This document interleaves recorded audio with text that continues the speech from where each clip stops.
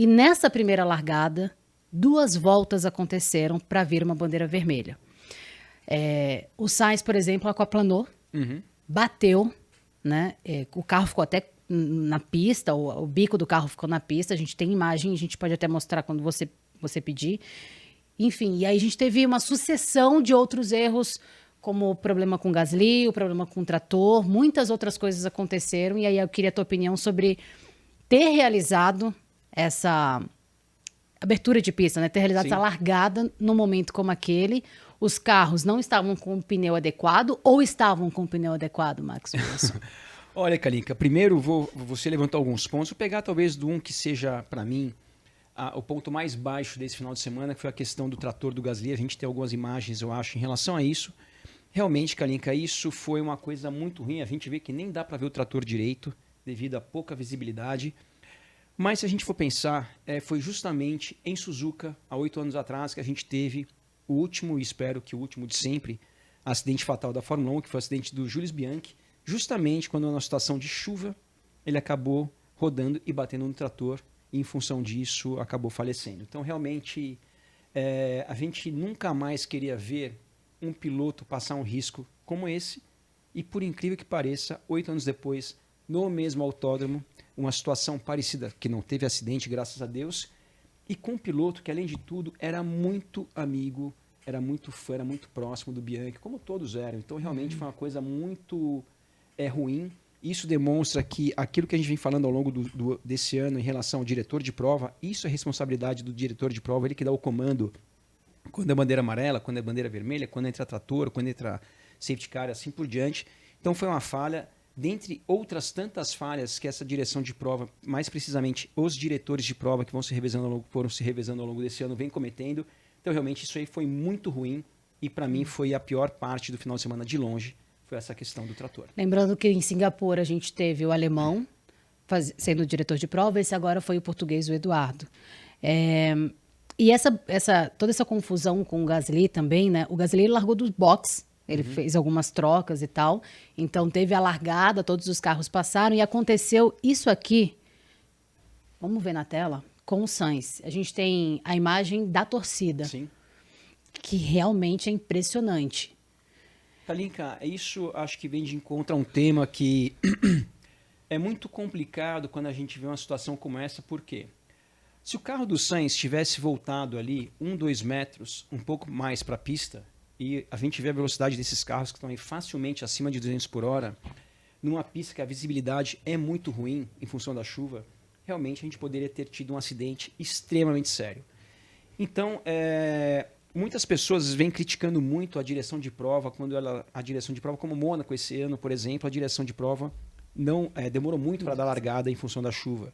A gente teve aquele grande prêmio polêmico ano passado, Spa, que foi uma corrida que teve 2 voltas atrás do safety car, e a direção de prova fica numa sinuca de bico, vamos falar assim, que é muito complicada. Primeiro, a Fórmula 1, todo mundo quer ter o show, quer ter a corrida. Tem pessoas no autódromo, tem pessoas na televisão, então isso tem um peso muito grande. Por outro lado, tem a questão da segurança. E, na minha opinião, muitas pessoas falam assim, poxa, mas antigamente os pilotos andavam na pista molhada, isso aí tudo é frescura, isso aí tudo é Nutella. Mas, no fim das contas, Kalinka, a gente tem que pensar da maneira um pouco mais clara e pegando algumas prioridades que devem ser pegas. Segurança. Imagina um carro sem ver o Sainz parado no meio da pista, bate nele parado. Depois que acontece uma situação dessas, realmente, aí depois todo mundo fala, poxa, mas não devia ter tido largada.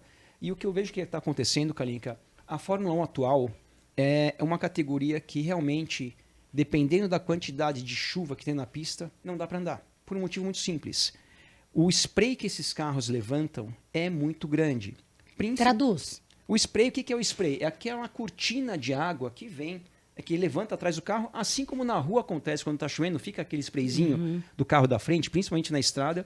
E esse spray, né, que é essa cortina de água que levanta atrás dos carros, o que faz esse spray ser grande?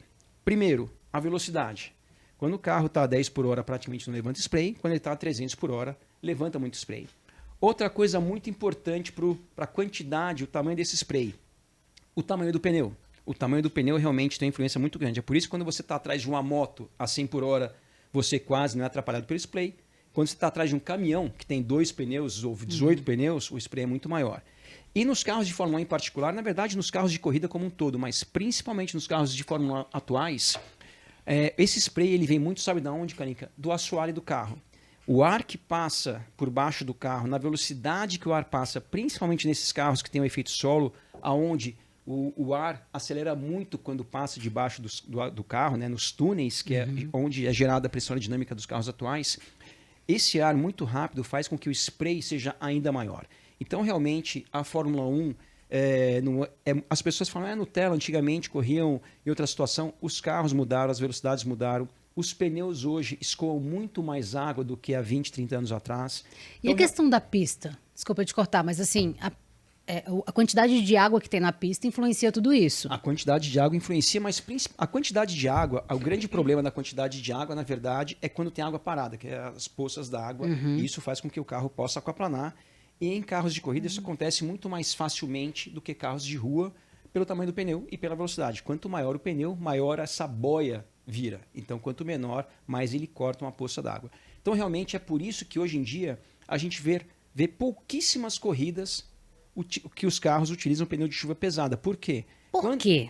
Porque quando a pista está numa situação de chuva pesada, ela se torna uma pista impraticável para os carros de Fórmula 1.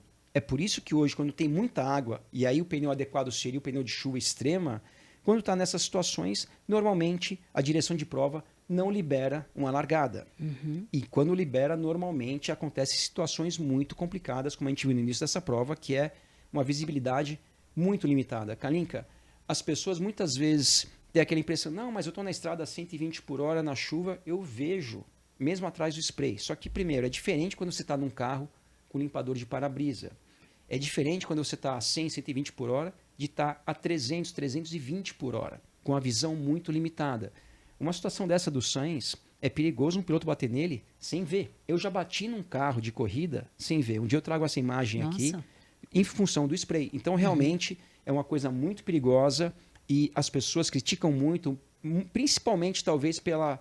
Poxa, eu acordei para ver uma corrida, eu fui até o autódromo para ver uma corrida, a corrida foi cancelada, a largada foi atrasada. Mas, realmente, nos dias de hoje, pela combinação da velocidade, da quantidade de água que esses pneus atuais escoam, no caso da Fórmula 1, pelo assoalho do carro, realmente, dependendo da quantidade de água, não deveríamos ter algumas corridas, porque realmente não tem nenhum sentido você correr a 300 por hora sem enxergar. E muitas pessoas, né, falam, mas os pilotos antigamente tinham coragem, hoje em dia os pilotos são meio Nutella, né, aquela brincadeira. E, Kalinka, eu vou falar uma coisa que é um pouco, talvez, assim, um pouco forte, mas assim, a gente não pode confundir coragem com burrice. É diferente, são coisas que facilmente são confundidas. Você dirigir, ou pilotar, no caso, a 300, 320 por hora, sem ter nenhuma visibilidade, isso para mim não é coragem, isso para mim é burrice. Então, acho que a Fórmula 1, se continuar assim, que é o que deve acontecer, né? Os carros não vão ficar mais lentos no futuro, realmente, se chover muito, fica impraticável. O ideal é... Espera. Mas esperamos... Foram 2 horas de espera, e aí tem agora o novo regulamento também, que você precisa terminar a prova pelo menos por tempo, que foi o que aconteceu. Sim, exatamente. No retorno, tinham 40 minutos para conseguir essas voltas, que aí foi o que deu, que né? é uma coisa frustrante, é muito ruim, mas se a gente pensar... Precisa ter um limite, porque ficam os carros lá, os pilotos lá, todo mundo na arquibancada, né?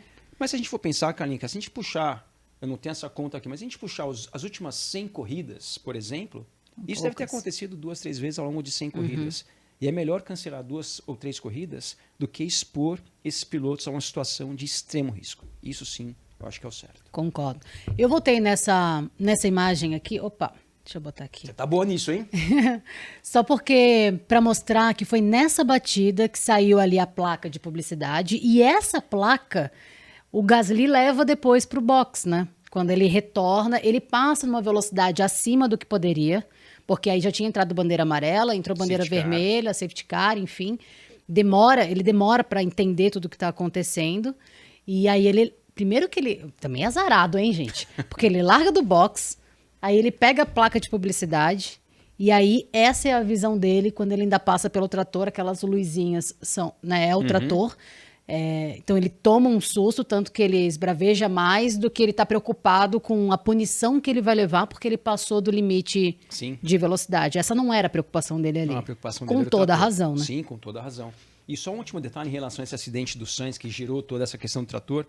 Kalinka, Suzuka é um exemplo de como as pistas mudaram. Por que o carro do Sainz bateu no pneu e voltou para a pista e graças a Deus não aconteceu nada? Ali.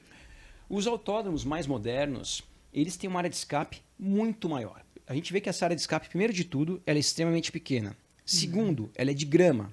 E em função dessas duas coisas, o carro bate no pneu e volta para a pista.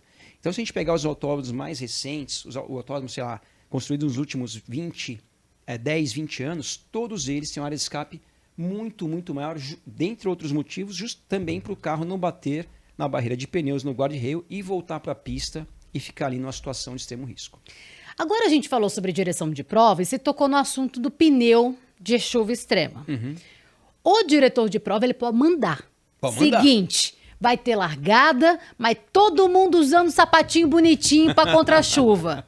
E não foi isso que ele optou fazer, pelo menos no primeiro momento. Ele optou ou não optou? Não optou. Ele não optou. Se o diretor de prova, ele pode obrigar os pilotos. É que a maioria das categorias, eles têm basicamente 2 tipos de pneus. O slick e o de chuva. A Fórmula 1 tem 3 tipos de pneu. Tem o slick, o intermediário e o de chuva pesada, de chuva extrema, que eles chamam. E a direção de prova pode sim determinar, diante das condições de pista, determinar que todos os pilotos iniciem a corrida com o pneu de chuva extrema. Mas normalmente, quando isso acontece, é somente para o momento da largada. Dali para frente, os pilotos ficam à vontade. Mas aí não faz muito sentido, né? Então, não faz muito, mas, Kalinka, o motivo pelo qual eles fazem isso é o seguinte.